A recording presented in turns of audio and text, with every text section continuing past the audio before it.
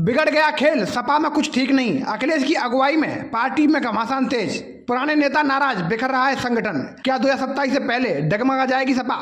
उत्तर प्रदेश की राजनीति में समाजवादी पार्टी एक ऐसा नाम है जो विरोध की राजनीति का सबसे मजबूत स्तंभ रहा है, लेकिन अब इस पिलर की दरारें साफ दिखाई दे रही हैं। पार्टी के भीतर अंदरूनी कलह, पुराने नेताओं की नाराजगी, कार्यकर्ताओं का मोहभंग और संगठन की विफलताएं, ये सब मिलकर अखिलेश यादव के लिए बड़ी मुसीबत खड़ी कर चुके हैं। सवाल यह है, क्या अखिलेश यादव इन चुनौतियों से पार पा सकेंगे या फिर समाजवादी पार्टी वाकई बिखराव की कगार पर खड़ी है? आज की इस रिपोर्ट में हम विस्तार से बताएंगे समाजवादी पार्टी में क्यों मची है खलबली, कौन कौन नेता हो गए हैं नाराज, क्या संगठन के अंदर फैल चुकी है गुटबाजी और 2027 चुनाव से पहले क्या ये टूट अखिलेश यादव की रणनीति को कमजोर कर देगी? समाजवादी पार्टी लंबे समय से नेता केंद्रित पार्टी रही है, चाहे वो मुलायम सिंह यादव के दौर की बात हो या अखिलेश यादव के नेतृत्व का समय, लेकिन अब पार्टी के भीतर गुटबाजी की खबरें खुलकर सामने आने लगी हैं। पश्चिमी उत्तर प्रदेश में आजम खां खेमे की बेरुखी साफ दिख रही है। सूत्रों के मुताबिक पार्टी कुछ जिलों में दो समानांतर संगठन चल रहे हैं, एक अखिलेश समर्थक और दूसरा पुराने नेताओं का। सपा में कई पुराने नेता जो मुलायम सिंह यादव के दौर में बेहद ताकतवर हुआ करते थे, अब खुद को हाशिए पर महसूस कर रहे हैं। शिवपाल यादव को गठबंधन के बावजूद ज्यादा भूमिका नहीं मिल रही।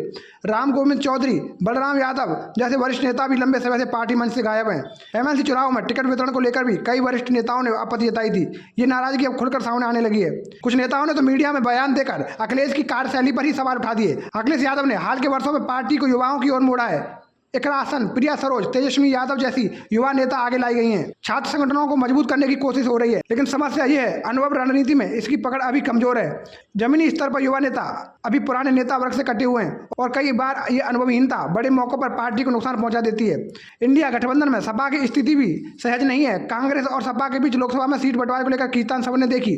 गठबंधन सहयोगी जैसे राजभर, चंद्रशेखर रावत जैसे नेता स्वतंत्र बयानबाजी करते रहे। ये हालात साफ दिखाते हैं कि गठबंधन का कोई ठोस और एकजुट ढांचा फिलहाल नहीं बन पाया है और इसका असर सपा पर सीधे पड़ता है। पार्टी संगठन यानी ब्लॉक, तहसील, जिला और मंडल स्तर की इकाइयों में भारी असंतोष है। कई जिलों में पिछले एक साल में बार बार पदाधिकारी बदले गए।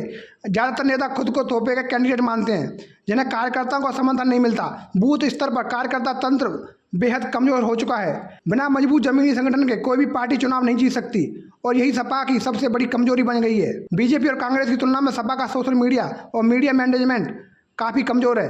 पार्टी के पास कोई स्पष्ट मीडिया रणनीति नहीं है। ट्रोलिंग और फेक न्यूज का जवाब देने के लिए कोई मजबूत टीम नहीं दिखती और अखिलेश यादव खुद अक्सर मीडिया से दूरी बनाए रखते थे। इसका असर अब देखने को मिल रहा है।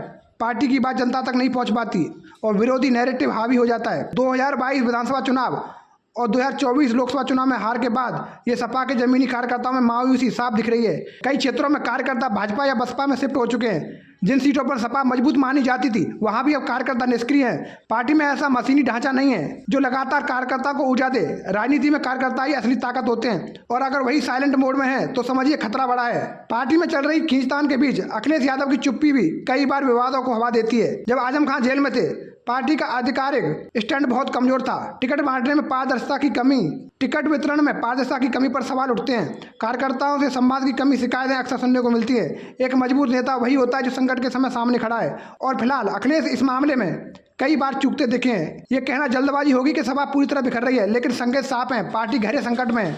अगर ये कलह असंतोष ऐसे ही बढ़ता रहा और अगर अखिलेश यादव इन मामलों में हस्तक्षेप नहीं करते तो पार्टी 2027 चुनाव में बड़ी चुनौती का सामना करेगी। संगठन की मजबूती, पुराने नेताओं को साथ लेकर चलना, कार्यकर्ताओं में जान फूंकना, ये तीन चीजें ही सपा को इस मुसीबत से निकाल सकती हैं। समाजवादी पार्टी सिर्फ एक राजनीतिक संगठन नहीं बल्कि उत्तर प्रदेश की राजनीति की एक धारा है, लेकिन अगर ये धारा आज बिखर रही है तो इसके नेतृत्व को जिम्मेदारी लेनी होगी। अखिलेश यादव के पास अब भी समय है।